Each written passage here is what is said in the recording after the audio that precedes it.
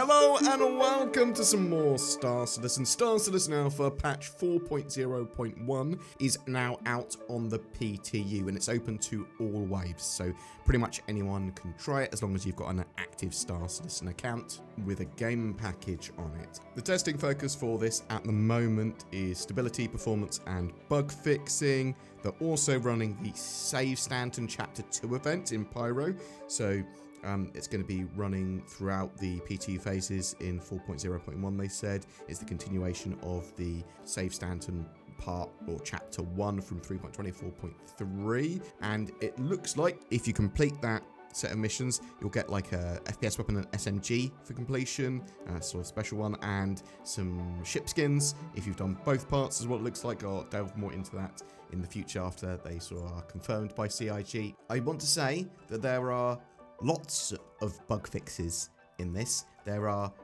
over 100 bug and crash fixes. A load of the more egregious bugs and problems have been solved, loads of minor ones, loads of edge cases, tons of stability improvements there as well as some performance and bits and bobs. Actually, we'll talk about some of the performance bits because they're mentioned in the rest of the patch notes as well. So yeah, some additional updates here. Contested zones, they've had a client performance polish pass, LOD, so level of detail, and lighting polish. They've removed more geometry that could get players stuck around those areas. So contested zones, a huge amount of content for them in 4.0, and they're trying to expand it out so players can't clip through walls.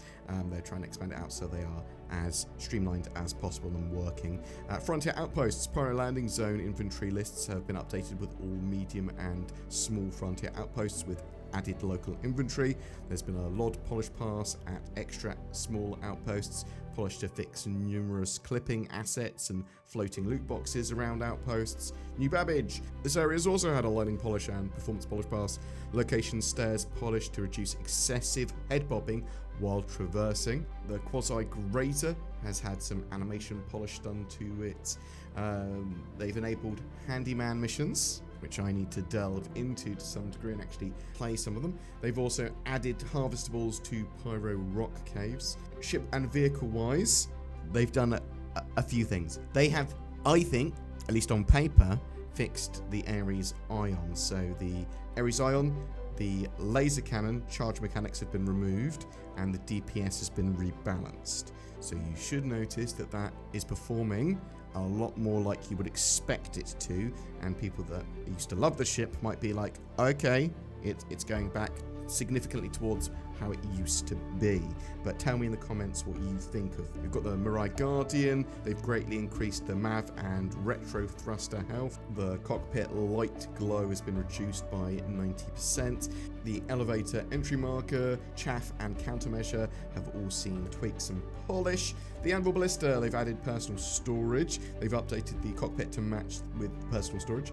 They've also added personal storage to the Nomad's interior hab. They've updated the geo and mesh there, fixed collision missing between hab and cockpit. The Tumbrel Nova, again, personal storage has been put inside it. Mantis, personal storage, but they've also updated bed frame, added proxies for storage, added annunciators on the dashboard. The Aurora, they've removed the rear clamp from the cargo rack to allow for easier loading and unloading.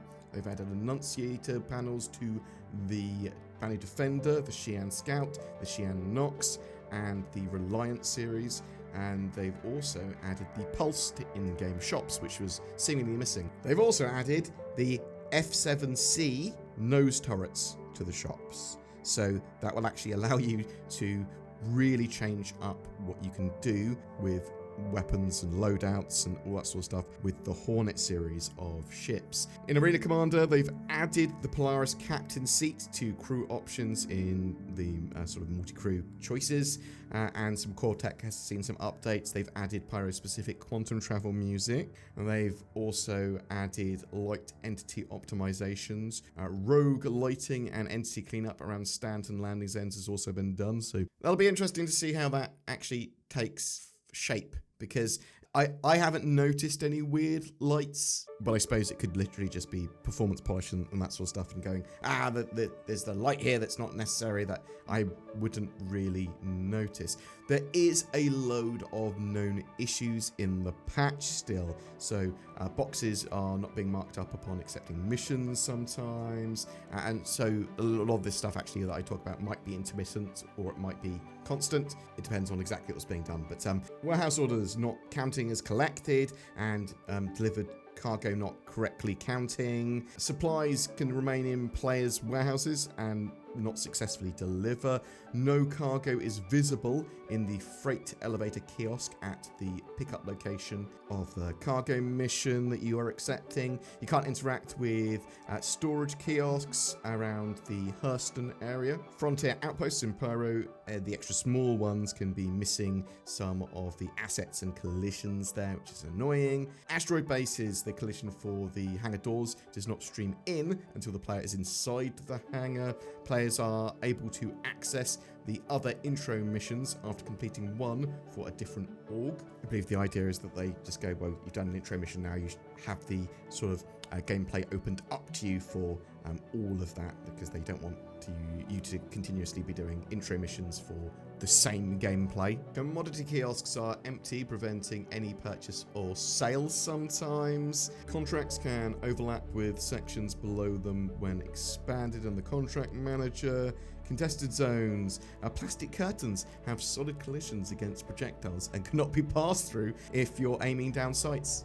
The Polaris can occasionally lose components when you are having a insurance claim or repairing a damaged Polaris, and weapons can intersect with the ground at contested zones. Now, if you did not hear of a particular bug listed there, there's a good chance that it was fixed in the hundreds of, or at least dozens and dozens and dozens of bug fixes that they made with this patch. And I believe that CIG are focused on even more bug fixes for this at the moment. So it's looking like 4.0.1 is going to be highly refined in the next week or two, surprisingly so, put up on the preview build, and then that is likely to go to the live build, phasing out 3.24.3.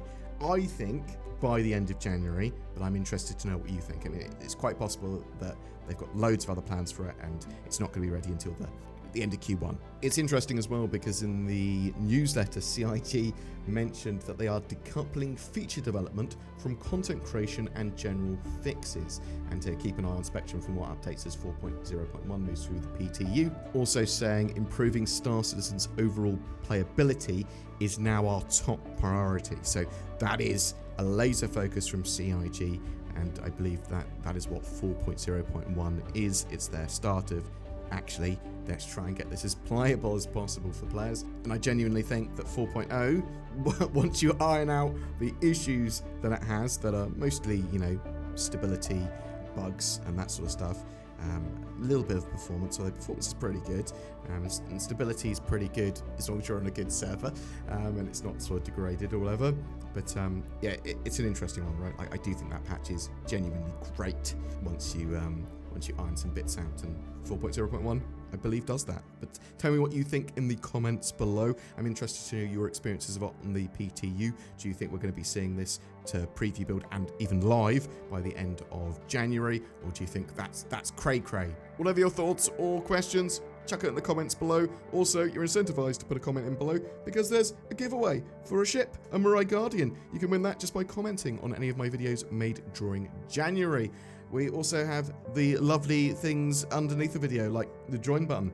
That allows you to help the channel out a bit more, get some exclusive content, and get like badges, and you'll be super cool. People will be like, oh, you're a BoredGamer channel member? You're the best. And also, oh, you've got NordVPN by clicking the NordVPN links. Oh, yeah, but maybe that will be good for you if you want NordVPN. That's why I advertise it, because it makes me money. But also because it can help you. NordVPN's great. This is what happens when I don't build a proper outro for a month. I just ramble like this. You have to deal with this now. Oh, there is something worth mentioning as well that I've forgotten. So there was quite a lot of bad crashes when 4.0.1 initially went to PTU. I think a lot of that has calmed down now. Potentially CIG have either hotfixed that, or there's less people playing. Maybe it was because there was so many people jumping in. It does look a lot better now.